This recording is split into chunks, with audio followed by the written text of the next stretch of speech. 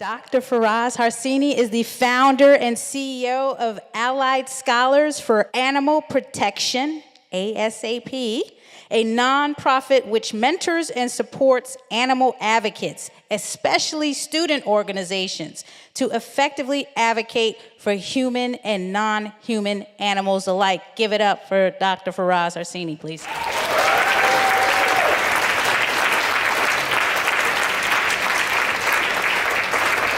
So, how many of you in this room are vegan? Wow, that's more than average. Shocking. Who here identifies as LGBTQ? Come on, we need more gay people. So, what I want to do is to talk about how animal rights and other forms of social justice connect, and how we can harness this potential to drive the systemic change that we all want. So just want to give you a little background about me. So I used to be a chemical engineer, and I'm also a musician. So at some point, I really wanted to use my music for some good cause. So I started doing clinic clowning. So I went to hospitals, played for children suffering from cancer. And then I asked myself, is there anything better I can do than clowning to help cancer patients? And the answer was, yes, studying cancer. So that's what I did. And then after my doctorate, I joined pharmaceutical companies. I led clinical trials for pandemics, coming up with drugs for pandemics, antibiotic resistance, and all of that. But I got really tired because a lot of these diseases I was working on were caused by animal consumption to begin with. And that's why I joined the Good Food Institute. So I'm a bioprocessing senior scientist. I work on scaling up alternative proteins there. And I started my own nonprofit, Allied Scholars for Animal Protection, to bring this education to universities. Now, before becoming a scientist, I used to be a baby. I'm originally born and raised from Iran, and that picture right there is the last time I met my mom. So that's at Tehran International Airport, and I'm the only child, so it was a very emotional moment. It's over 10 years ago, and for reasons you will know, I may never be able to go back to my home country. So there is a chance that I can never see her again. Another thing about this picture that really bothers me is that my mom is actually not religious. But as you notice, in public, women are forced to wear hijab, which goes towards the point that I'm trying to make about oppression of humans in my home country. So this is a college I attended. It's University of Tehran. It's the biggest and oldest and best university in Iran. It's also a center of political activities in my country. In 2009, I was a part of this protest. So students were on the left side of this gate, and we were protesting for basic human rights. And as you can see, police wasn't having it, and they were tossing tear gas and everything. A couple of moments later, one of my friends, Ali, he walked in front of us, and all he did was to show us a peace sign. And the next thing I know, paramilitary forces attacked him and started beating him in the head with batons. And this is a moment that, unless it happens in front of you, you really can't feel what it's like for a friend to be beaten in the head, and then we were locked on the other side of the gate, so we couldn't do anything. But the experience is really vivid. The sound of sirens and smell of tear gas, and hearing my friend screaming. And as I thought, this can't get any worse, paramilitary forces actually broke into the university. At this point, I was tear gassed, so I couldn't really see clearly. I just saw an army of people in front of me, and I wasn't sure if they were students. Until one of them raised his hand with a machete and said, "Wait, motherfucker." That's the best motherfucker I've ever heard in my life. That was my cue that this is not a student, and I better run. And I ran as fast as I could. Now, coming across situations like that where my life was actually threatened really makes me connect with some forms of human oppression in certain ways. And to make matters worse, I'm also gay, and if you know anything about Iran, homosexuality is punishable by death, and they have acted upon these laws before. I wish I just accepted myself, and I just kept it a secret from everyone else. But just growing up for 22 years and denying the most natural and normal things about yourself and trying to think that, why are you so different from everyone else? What's wrong with you? Maybe you grow up and it'll go away. Maybe you find a girlfriend, it'll go away. Spoiler alert, it didn't. But that's why coming out was one of the best experiences of my life, one of the most freeing experiences. It felt like I was swimming the entire time with like bags of stone attached to my arms and legs. And you're probably wondering about these parrots. So when I finally came out, it was in this cancer center, and I went to my friend and I said, hey, Ash, yeah, I'm gay. He said, well, duh. I was like, God damn it. How could you tell? He was like, just bro, look at what you're wearing. Like, I bet you can find a parrot that matches your style every day. And we are scientists, so we had to test a hypothesis, and he was right.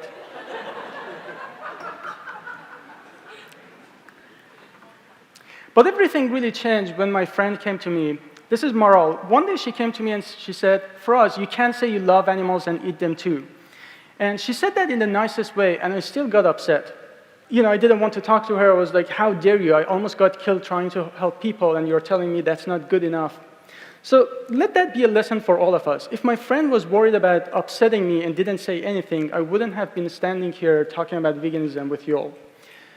And another thing is, a lot of times we say that if people get upset, that necessarily means that our outreach isn't working, which is not true.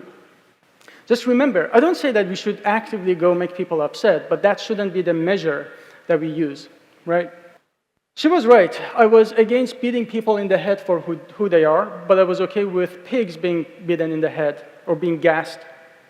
I was against hanging gay people for who they are, but I was okay for chickens being hanged upside down and having their throat cut. So why is there such a disconnect between human rights and animal rights? I want to tell you about this chicken, Mr. Happy. Happy was the first English word that I learned after this guy. So when I was a kid, my mom got me this chicken. He grew up, became a really loud and big and healthy rooster. So we had to give him to my grandma, and what I loved to do was to go to her house. And every time I opened the door, he ran to me, he jumped at me, and I hugged him. And I loved this chicken. Until one day I go there, I open the door, and he's not there. And I asked my grandma, where is Happy? She said, oh, dear Faraz, I'm sorry, the door was left open and he ran away. I thought he betrayed me. I was like, he loved me so much. He would never leave me. And I would go around the neighborhood, literally for 2 weeks trying to find him. I couldn't. And I lived with this thought that this chicken lived me until 10 years later when my mom said, the chicken soup we had that night.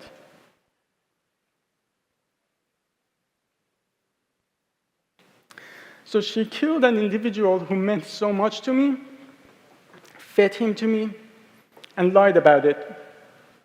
But what's really crazy is that that night, I knew I had chicken, but I was happy because I knew that it wasn't Mr. Happy. So why is there such a disconnect?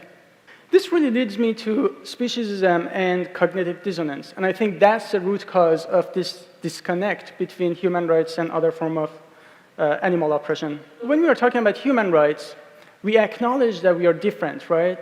But we understand that our differences are not morally relevant to the way that we should be treated. So, you know, I have a different race than you. I have accent, you probably don't. I'm gay, you're unfortunately probably not. But what we realize is that none of that matters, and the only thing that matters is that if you stab me, it'll hurt, and if you oppress me, I will suffer. And that's how we should look at animal rights. So I do a lot of street outreach, and the most common excuses that I get is, what you're showing that factory farming is definitely wrong, we just have to do it more humanely, or you're right, I'm just gonna reduce my consumption. When you actually bother to give people this explanation and compare that with a form of injustice, they actually can see your point and often go vegan. I'd like you to put yourself in place of these people. If, like myself, you were born in the wrong place at the wrong time, this could be you for who you are.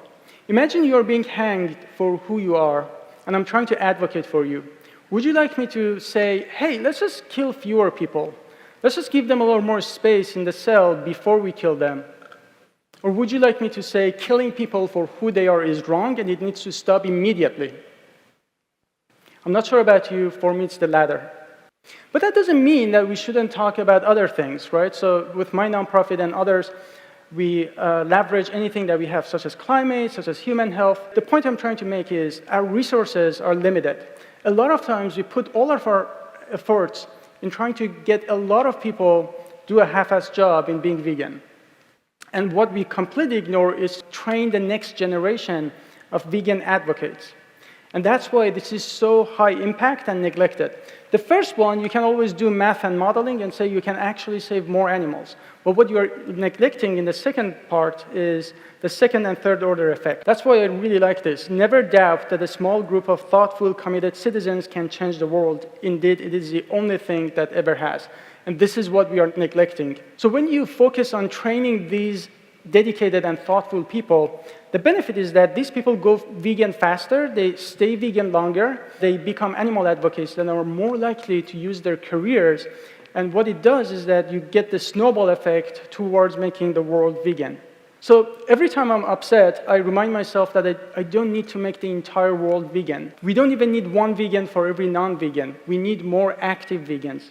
And that's how you snowball and you produce people who become the future founders, activists, scientists, CEOs, social media experts, people like vegan hacktivists, plant-based physicians. And to make that point to you, everyone in this room has made somewhere between tens of people to tens of thousands of people vegan with your advocacy. Just think about programs like Veganuary, right? So how many people it has impacted? And that's the power of having people who think about veganism as a justice issue, and they have that fire inside them. So sometimes I'm invited in LGBT clubs to talk about LGBT issues, and little they know it's all going to be about veganism, haha. So before I give it away, I ask them, what do you think about this? And they say, oh, chicken nuggets, yummy. And I said, what about now? Nothing changed. It's the same food. The only thing that changed is that little extra piece of information that they know it's from Chick-fil-A, and knowing all the stupid shit that Chick-fil-A has done, they don't want to support it. So suddenly it went from being food to being a social justice issue. And in real life, the way that I do that in street outreach, I want to show you a real example that I'm respectful, I'm encouraging the person, at the same time I'm not compromising for animals, and it actually works. How does that make you feel? Terrible. Terrible? Yeah, I've been vegan for 5 years. You're vegan? Yeah. What about your friend? My girlfriend's been vegan too, yeah. Nice. How long? No, not as, I cheat a little bit, but yeah, I try. Yeah. You cheat? A little bit, like cookies and stuff, save milk, but yeah. She's a better vegan than me, but. So it's not a gray zone that you can be 99% vegan. It sounds like you have all the good intentions. But if you really compare that to any other form of oppression, if I did something like racist and I said like, oh, I'm just cheating on not being racist, would you accept that as an excuse to me, right? Yeah, so please. Well, let me ask you this. Do you think it's harder for you to be vegan, or do you think it's harder for that cow to go through that, for the chicken to go through? Of course. Right? Yeah. So please treat the issue just with that seriousness. Thank you. But the point is, every time I show footage of animal exploitation and I ask people, do you think this is fair? They say no. And then I say, the solution that you're recommending, would you use that for any other form of oppression? And then they say no. People can understand, we just have to give them, and we owe animals this explanation. When we talk about outreach, you hear people say, oh, in our movement, we emphasize on that, it just doesn't work. You can't get all individuals, go vegan. We can't make the entire world vegan. To them, I always say, what are you talking about? Are you talking about, leafletting random strangers because I've done that? Or are you talking about systematic education in universities where the future leaders of vegan movements come from? So here are examples of people who have a lot of influence and they're changing the system. And I remind you, all these people think about veganism as a justice issue. They care about this. And in my generation, you have Scott, Jay, and Manny who are running for office, and they all come from top schools. Raise your hand if you want more people like them. Right? Obviously. So the bad news is animal advocacy in universities is completely broken. It's like a music band where everyone is doing a different thing, if there's anything going on at all. And what I want to do is to organize everyone so they're like a symphony orchestra. Everyone is practiced, everyone is effective. And with my nonprofit, ASAP, we studied top 100 universities and the animal advocacy in these universities. and we look at their online presence, what we found is that 70% of these universities don't even have an active club. And the rest of them, they may have 3 or 4 events past semester, like maybe 3 or 4 of them. So animal advocacy is almost non-existent in majority of schools, and that's a lot of talents that we are wasting. The good news is this has been solved before. So this is Federalist Society. They went from emphasizing on students in one generation to having 6 out of 9 Supreme Court justices affiliated with them. Now, I'm not religious, but another group that does it really well is Christian organizations. You can't miss them. If you go to any school, they're always there doing what Christians do. And that's what I want for veganism. Like, if you go to a campus, you shouldn't miss us. So with ASAP, we focus on strategic outreach, effective education and systematic education, and working with dining halls to make veganism more accessible and normalized. That's what it looks like when we are on a campus. Just like Christians, you can't miss us. So there's a tent, there's a table, there's a debate, there's a dog meat event going on. And the way I think about it is, big universities, they have like 60, 70,000 students. Even if 1.5% was vegan, that's already 1,000 vegan. Where are they? They're there right in front of us, except that we are not there. We are failing them. And when I'm talking about systematic education, I'm not talking about random talks, like sporadic events. I'm talking about bringing this as a part of education. So when we were talking about medical education, bringing this to medical school and making it a systematic part of medical education. And with dining halls, we get support from both vegans and non-vegans, and that's how we got UT Austin to start a fully dedicated vegan line. But to prove to you that I'm not making this shit up and it actually works, after my talk at Columbia University, this student wrote back to me and said, too often I'm nervous to come off as too aggressive, despite feeling really strongly about it, but after your talk, it reminded me how important it is, and now I'm gonna dedicate my career to it, so that's the key. But do you think I get people inspired by just giving them extra information about antibiotic resistance?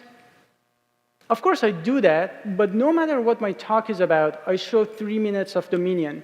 And that's how I connect this. I make them to see this as a form of injustice, and that's how people get inspired to become people like us.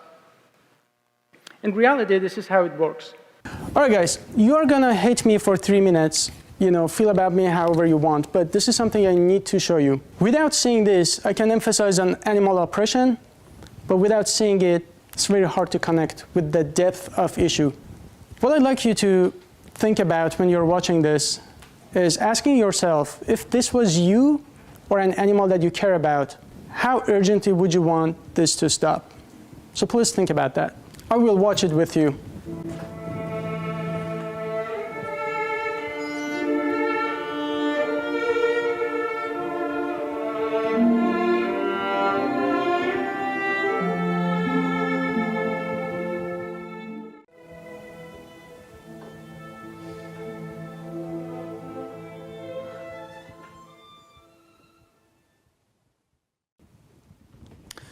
I know it's not easy to watch this, but thank you. It's easy to sit here in this air-conditioned room and talk about how to change the food system and lose that connection with every single individual victim of this system. And that's why it's so important for us to not lose that connection. And even if you're a vegan, that doesn't mean that you watch this often. And it's easy to forget how much suffering is involved. Now let me ask you this again. If this was happening to you or animal that you care about, how urgently would you want this to stop? Raise your hand if you want this to stop immediately.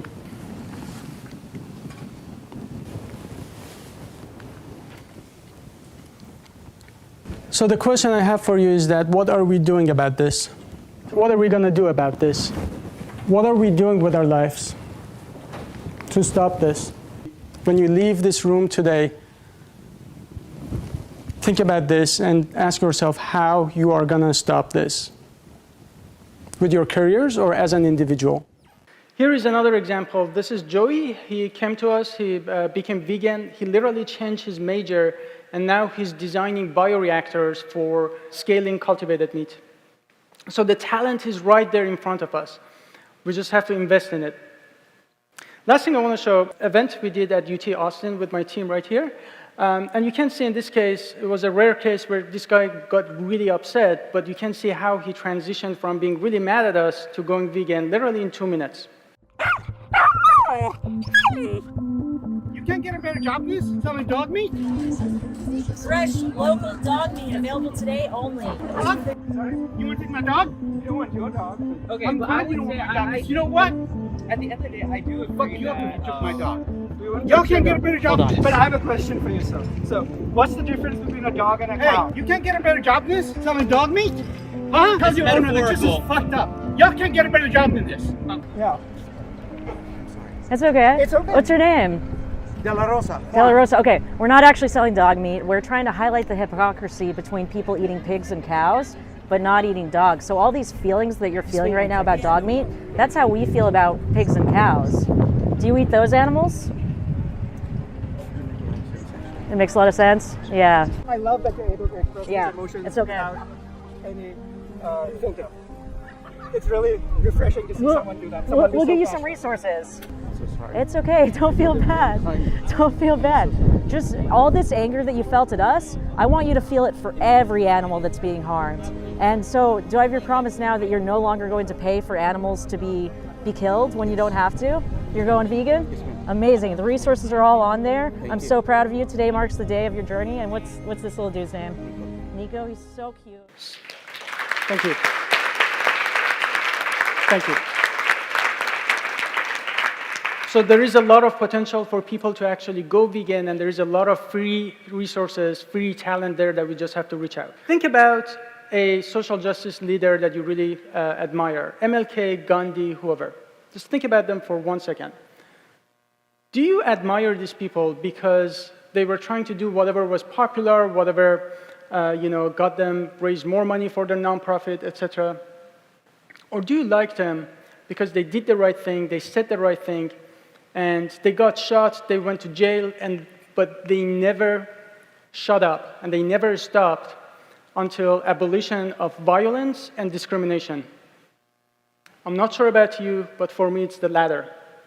So let's never shut up until every goddamn cage is empty and every animal is liberated. Thank you.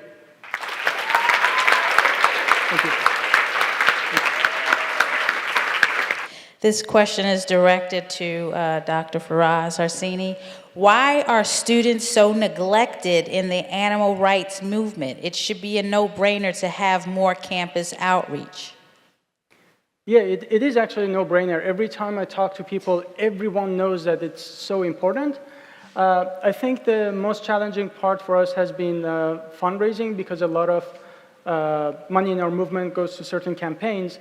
And what's really neglected is like emphasizing in universities. So if you care about working with universities and training the future generation of thought leaders, please come to me and grab me. We really want help. And this is something that we can fix. It has been, like I mentioned, it has been solved before. We can do it if we invest in it. Thank you for that.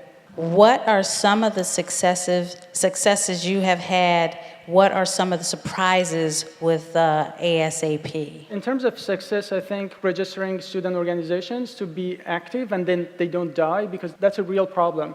The students do something and then they graduate and everything dies down and that knowledge is lost. That and the fact that people are doing different things. So the best success that we had is to, in universities that we are working on, which some of them are like Harvard, MIT, Columbia, and here I have some folks who work with us from MIT, Brown, Harvard, and just trying to organize students. I think that's one of the best successes we had, and also working with dining halls and getting a lot of attention from non-vegans who want just better, tastier, more sustainable foods.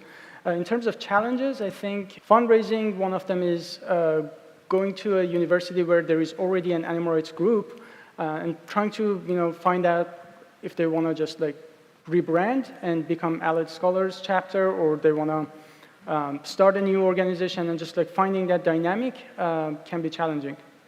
Thank you for that.